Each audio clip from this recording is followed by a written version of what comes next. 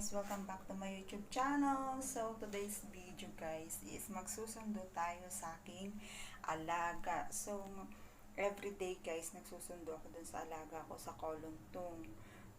11:15 ngayon yung labas niya. So, pupunta tayo doon para sunduin siya. Kasi, alam nyo guys, dito dapat on time ka magsundo sa mga alaga kasi magagalit yung mga boss nyo. Ganon, kapag na-late kayo.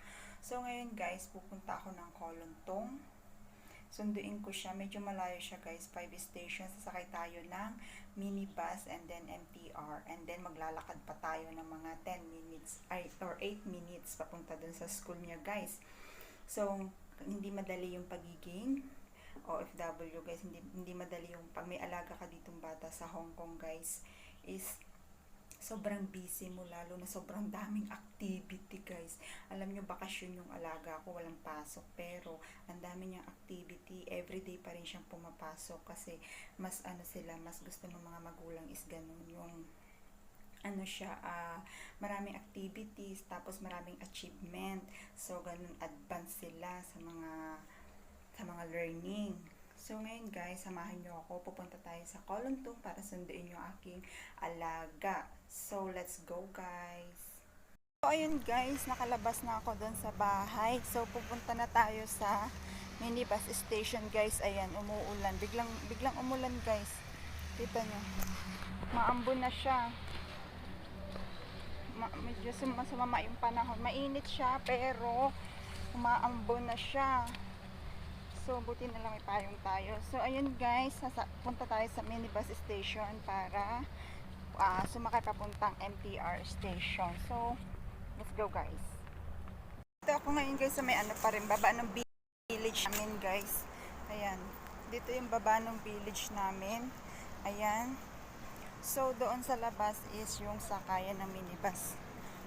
Doon tayo pupunta. Ayan. Ito yung namin, village guys. So ayan, may clubhouse din dyan guys. So mag-iintay tayo ng minibus.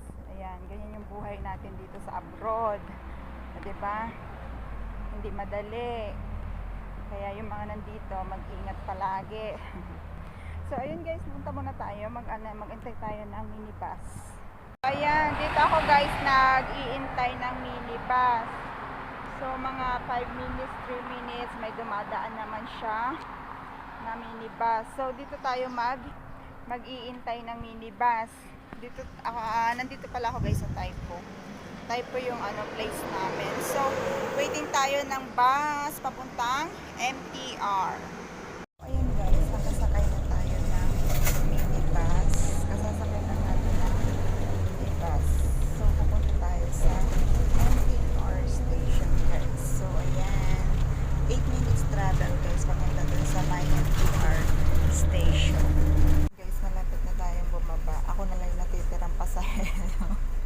Ako na lang yung mag-isa. Guys, wala nang pasahero. Diba? Wala nang pasahero. Ako na lang yung naiiwan na pasahero. So, bababa na rin tayo. Guys, nakababa na tayo ng minibus. Pupunta naman tayo guys dun sa MTR. And sa train kung saan sasakay tayo papunta sa school ng alaga ko guys. So 5 station papunta dun guys. Yan, ito yung dito guys, minibus station dito sa Taipo. Ayan. So ngayon pupunta na tayo dun, bibili tayo ng ticket guys para sa train. 11.50 yung bayad dun guys sa ticket. So ito guys is shopping mall, yung paglabas mo dyan sa may MTR is shopping mall. Shopping mall dito sa Taipo guys. Yan, ganito guys yung routine ko everyday. Magsundo at maghatid sa alaga ko. Pero sa umaga, sinasabay siya ng parents niya. And then sa tanghali, sunduin ko siya. Tapos may isa pa siyang klase sa hapon. Saka pa lang kami uwi ng bahay guys. So ngayon, dalawa yung klase niya today. So bibili tayo guys ng ticket. Ito guys is Taipo Mall, Uptown Plaza dito sa Taipo, Uptown Plaza. So, bili tayo sa ticket vending machine. So, ayan guys, i-press nyo lang yung kung saan kayo pupunta. So, mayroon tayo 11.50. So, mayroon tayong $20. Ayan. $20. So, may change tayo guys na F850. So, ito yung ticket nyo guys. And then, wait natin yung sukle. So, meron tayong 850 guys. So, correct. 850. And then, ito na guys, yung papasok sa train. Ayan, enter. Weekdays ngayon, Friday, so maraming mga tao pa rin kasi yung mga nagtrabaho guys. Makakasabay nyo yan sa train. So, ayun lang guys to. So, punta tayo dun sa train. Guys, is yung waiting area ng train dito sa Taipo. Ayan. So, may umuulan-ulan guys. Hindi maganda yung panahon. So, dito tayo sa kabila. Ayan. Pupunta tayo dito sa Kolonthong guys. So, Kolonthong is 1-5 station guys. So, mag-queue up tayo dito guys. Kailangan mo line up. Ayan. Madali lang naman yung ano guys, yung train dumating. 5 minutes nandiyan na yung train. So, ayan lang siya guys. Dito yan sa Taipo guys. So, ayun ang ano natin guys, everyday routine natin. So, ayun na yung train guys. Ayan, kita nyo. So, ayan na, sasakay na tayo dito sa train. So, mag-iingat tayo lahat guys. Pag lagi kayo nandito sa labas guys, mag-iingat tayo lahat. Magbaon ng tubig kasi minsan sobrang init. Ganyan yung buhay natin dito. Diba? So, ayun guys, sasakay na tayo ng train. Wala na naman tayong mauupuan guys. So, okay lang guys. Registration lang naman. So, kailangan natin tumayo.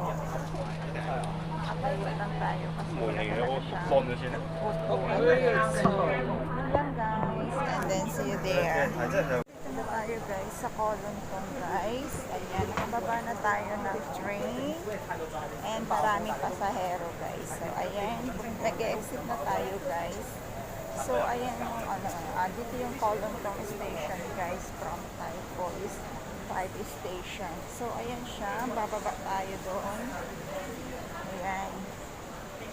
Mag-exit tayo ng exit F. Ayan. So, medyo maraming pasahero ngayon. Ganun lang guys. Everyday no, routine ko to guys. O, diba? Ganyan siya. So, everyday, naglalakad ako na 10 minutes papunta dun sa school from Gantera. So, madali lang naman guys. Ayan. Madali lang naman papunta dito, 5 station lang. So, ganyan yung ano ko guys, routine, sundo, hatid sundo. Kasi dito guys, kapag na-late ka talaga, pagalitan ka ng ng nanay. O, diba? So, ayan, mag-exit na tayo guys sa exit F.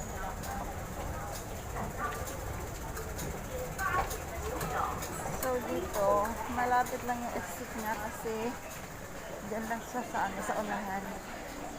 Before, alam nyo guys, dati din pa ako umiikot sa kabila. So, na-realize ko na malayo na siya. So, ito guys is mag-exit tayo dito. Papunta sa exit F. Ayan. Is ano lang natin yung card. So, okay. So, dito tayo sa Kent Road, exit F. Diyan yung pinakamalapit na school ng alaga. Daanan, papunta dun sa school ng alaga ko. Ganon. So, let's go. So, ayun guys, nandito na ako. Nag-exit na ako. Lumabas na tayo. Naglalakad ako ngayon guys, papunta dun sa school ng alaga ko. Kaso, umuulan. Kita nyo guys, umuulan. So, ito yung mahirap kapag magsundo ka tapos umuulan. O, diba? Yan. Ganun lang yung natin dito, trabaho natin. Isa lang yung alaga ko guys, pero kasi nga yung schedule niya is ang layo ng school niya dun sa bahay. Kasi gusto nung nanay, di ba, sa magandang school. Hindi na maganda, pero maganda yung turo na sa school. So, ayun lang guys. So, ipakita ko sa inyo kung saan ko siya sinusundo. Mamaya, paglabas niya. So, maglalakad muna tayo guys hanggang doon. Mga 8 minutes. Kapag mabagal-bagal. pag medyo mabilis ka maglakad, ayan, mga 7 minutes. So, dahan-dahan muna tayo guys. So, let's go. So, ayun guys, nandito na ako sa school ng alaga ko. So, nandito pa ako sa labas, sa may park. At 5 minutes na, pahinga tayo 5 minutes guys, bago ako pumunta sa loob kasi 11:15 yung labas niya. So, pahinga lang tayo 5 minutes, na pagod ako maglakad. So, papasok tayo doon maya-maya guys, para sunduin yung alaga. So, ito na nga guys, ayan yung, dito kami nagsusundo ng alaga ko. Ayan yung mga parents and mga yaya. So, ayan, pag nagbukas yung pinto, ibig sabihin lalabas na sila, tapos na ang lesson. Pero, ayan na nga sila guys, yung alaga ko sa dulo pa. Ganyan sila guys kapag, kapag magpaalam. Kasi, kailangan mo siyang may respeto pa sa teacher, diba? Bongga, diba? May pa yuko-yuko. Oh, 'di ba? Ayan, yung alaga ko iniintay ko guys. So wala pa. Ito is nice studio guys na school. Para yung interview nila dito guys is para prepare nila sa primary 1 guys. So ayan, ang babait naman ng mga bata and talaga naman sila yang mahilig, gusto nila yung mga alaga-alaga ay mag-aral. So ayan guys, kahit bakasyon kailangan nila mag-study, ganon dito ang mga bata sa Hong Kong guys. So wala pa rin yung alaga ko, ayan, nakapila pa, late na naman siguro natapos yung kanyang activity. So ayan guys, iniintay ko pa nga siya kung nasa na siya. Lagi yan nahuhuli guys sa uwian, baka huli din siya natatapos. Si Hayden. Ayan guys, so wala pa rin, ang tagal niya, talaga lagi siyang huli. Dati second to the last siya. Baka mabagal siya sa ginagawa niya sa school. So marami din dito nag-aaral guys kahit bakasyon na. Ayan, meron din iba-ibang lang sila section. So ito na nga guys, hindi ko alam kung nandiyan yung alaga. Pag kumaway na yun, ay ayun, makita nyo guys, kumakaway, it means siya na yun. Pasaway, kumakaway-kaway siya doon sa dulo. Ayan siya guys, malapit na siya. So yun lang guys, ganito lang yung everyday routine natin pag magsundo. So ayan, kumakaway siya, excited umuwi. Kita nyo guys dyan. Diba yan na siya, yan yung alaga ko guys. So ayan na, excited na siya umuwi. Diba? Bait-bait siya. So ayun lang guys, thank you for watching guys, and please don't forget to subscribe my YouTube channel. Very See you. good. Bye guys.